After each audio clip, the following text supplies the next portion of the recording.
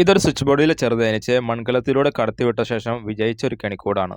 ഈ കാണുന്നതാണ് ഇതിലെ റാണി. റാണിയും മുട്ടയും ഉണ്ടായാൽ കൂട് വിജയിച്ചു. അപ്പൊ വളരെ എളുപ്പത്തിൽ എങ്ങനെയാണ് കെണിക്കൂട് ഉണ്ടാക്കുന്നതെന്ന് നമുക്ക് നോക്കാം. മൺകലത്തിന്റെ ഒരു സൈഡിൽ മുനയുള്ള കത്തി കൊണ്ട് പതിയെ പതിയെ കുത്തിയാൽ ഒരു ഹോൾ ഉണ്ടായി കിട്ടും. അതൊന്ന് കറക്കി ഒരു വാട്ടർ ലെവൽ പൈപ്പ് കടന്നു പോകാനുള്ള ഹോളാക്കി എടുക്കുക. ഇനി അതിന്റെ ഓപ്പോസിറ്റ് സൈഡ് കുറച്ച് താഴെയായിട്ട് മറ്റൊരു തുളയിട്ട് കൊടുക്കുക.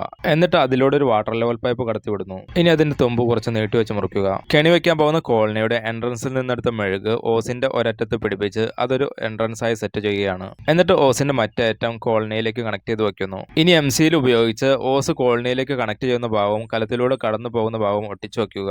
ഒരാഴ്ചയോളം തേനീച്ച് കലത്തിൽ ഇറങ്ങാതെ തന്നെ ഓസിലൂടെ പോകാൻ അനുവദിക്കുക. ഒരാഴ്ച കഴിയുമ്പോൾ കലത്തിനുള്ളിലെ ഓസ് കലത്തിൽ നിന്ന് കുറച്ച് തള്ളി നിൽക്കാൻ പാകത്തിന് മുറിച്ചു മാറ്റുക. ഇനി എംസിയിലും ട്രാൻസ്പെറന്റ് ഷീറ്റും ഉപയോഗിച്ച് മോൾഭാഗം ഇങ്ങനെ ഒട്ടിക്കുക. ഇനി വെളിച്ചം കിടക്കാത്ത രീതിയിൽ മോൾഭാഗത്ത് എന്തെങ്കിലും വെച്ച് മറച്ചു കൊടുത്താൽ നമ്മുടെ കെണി സെറ്റായി. കുറച്ച് മാസങ്ങൾക്ക് ശേഷം കലത്തിൽ തേനും മുട്ടയുമായി കൂട് വിജയിക്കും.